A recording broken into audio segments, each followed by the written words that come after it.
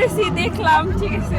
শুধু ঢাকা থেকে আসছি শুধু জসিম মেলাতে অংশগ্রহণ করার জন্য, দেখার জন্য। আমার ওয়াইফ কখনো দেখে নাই, ওই ফার্স্ট টাইম, ওর জন্যই আসা। জসীমউদ্দিন মেলা আসলে এখানকার একটা জনপ্রিয় মেলা, অনেক আগে থেকে এখানে মেলাটা হয়, আর এখানে এসে আমরা অনেক আনন্দিত।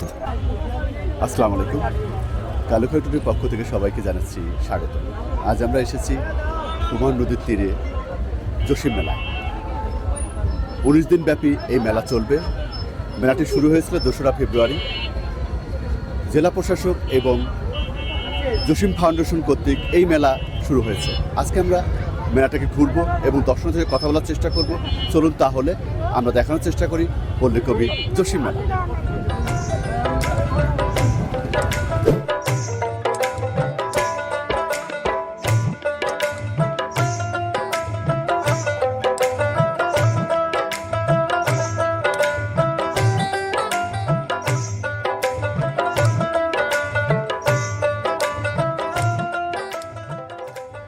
আপনারা দেখছেন কবি ও তার স্ত্রী 1964 সালে কমলাপুর বাসভবন ঢাকাতে অবস্থানরত সেই যুগলবন্দি ছবি।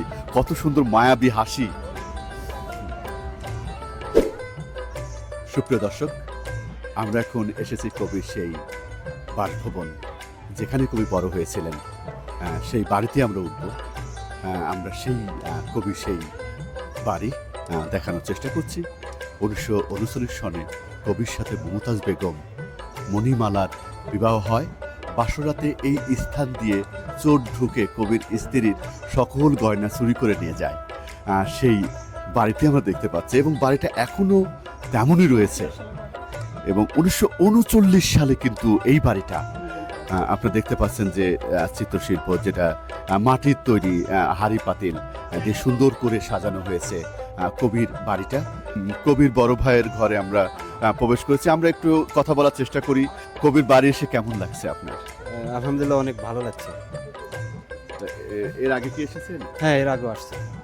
আজকে এই যে মেলার সুবাদেই কিন্তু এসেছেন। জি, মেলা সম্পর্কে একটু জানতে চাচ্ছি, জসীমউদ্দিন মেলা সম্পর্কে।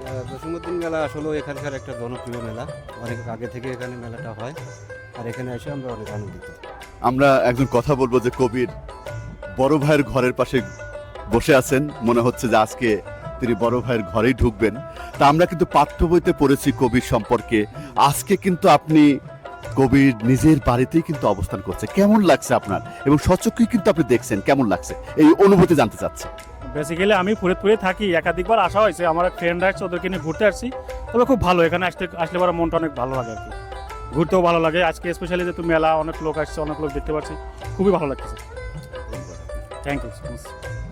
কবির বিখ্যাত সেই কবিতার লেখা অংশ এবং কবির সেই সংগ্রহশালায় কিন্তু আমরা প্রবেশ করেছি, যেখানে সেই সংগ্রহশালা চিত্রকর্ম আমরা দেখানোর চেষ্টা করছি। আপনারা দেখেন যে কত সুন্দর করে কবি জসীমউদ্দিনের সেই চিত্রশিল্প কিন্তু এখানে প্রকাশিত হচ্ছে বা প্রকাশ পেয়েছে। খুবই সুন্দর দেখাচ্ছে, আপনারা দেখতে পাচ্ছেন। 19 শতকের যত ঘটনা বলি কবির সময়, এখানে আসলে কিন্তু আপনারা কিন্তু অবশ্যই জানতে পারবেন।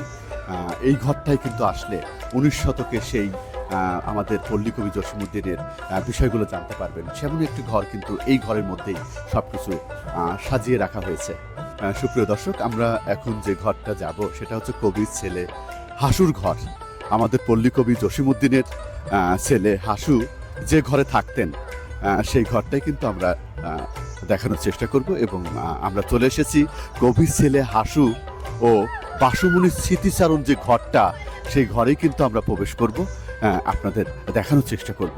আমাদের পল্লীকবি জসীমউদ্দিনের ছেলে হাসুর এবং বাসুমণির স্মৃতি ঘর, সেই ঘরেই কিন্তু আমরা প্রবেশ করছি এবং দেখানোর চেষ্টা করব। এখানে কিন্তু কবির অনেক স্মৃতিচারণ বিষয় আছে এবং সেটাই সেই ঘরে কিন্তু সাজিয়ে রেখেছেন। স্মৃতিচারণ যে বিষয়, সেই কাঁথা, নকশি কাঁথা, যে কাঁথা কবি ব্যবহার করতেন, তার ছেলে ব্যবহার করতেন, সেই কাঁথা কিন্তু এখানে শোভা পাচ্ছে।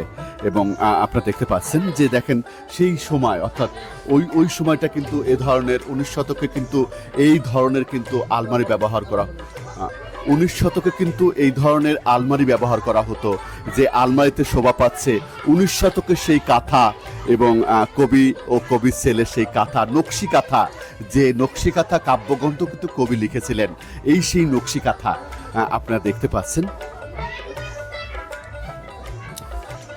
আমরা এখন যেই আলমারিতে দেখানোর চেষ্টা করছি সেটা হচ্ছে কবির কিন্তু লেখা অনেক কবিতা কাব্যগ্রন্থ শোভা পাচ্ছে সেই আলমারির মধ্যেই। এবং আপনারা দেখতে পাচ্ছেন যে এখানে কিন্তু গল্প স্বল্প পল্লীকবি জসীমউদ্দিনের লেখা সুজন বাদিয়া ঘাট কাব্যগ্রন্থ পল্লীকবি জসীমউদ্দিনের এবং পদ্মাপার জসীমউদ্দিন খান। পল্লীকবি কিন্তু এই কুমার নদের পাশেই কিন্তু জন্মগ্রহণ করেছিলেন, এই পদ্মাপাড়েই কিন্তু জন্মগ্রহণ করেছিলেন। এরকম আরো অসংখ্য কাব্যগ্রন্থ কবিতা কিন্তু এই ঘরটাই কিন্তু শোভা পাচ্ছে।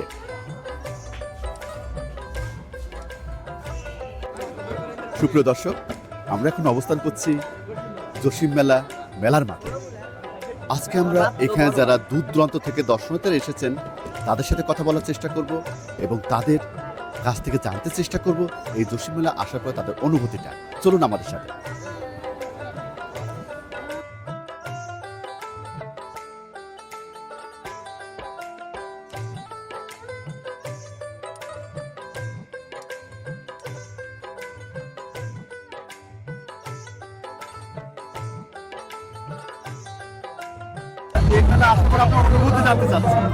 ভালো লাগছে, ঘুরতেছি, দেখলাম, ঠিক আছে, তো এনজয় করতেছি। মেলাটা মনে হচ্ছে বাচ্চাদেরকে নিয়ে, কি মনে হয় আপনার কাছে?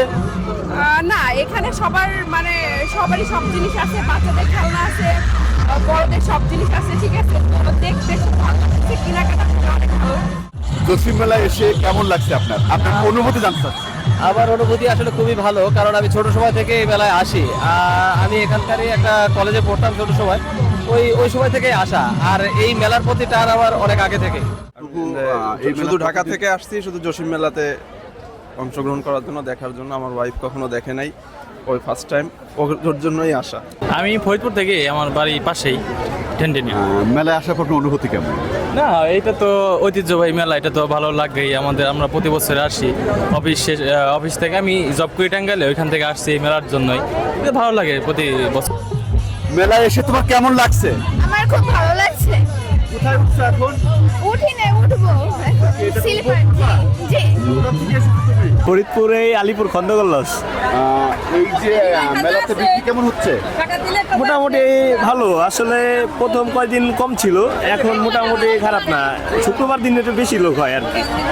তাছাড়া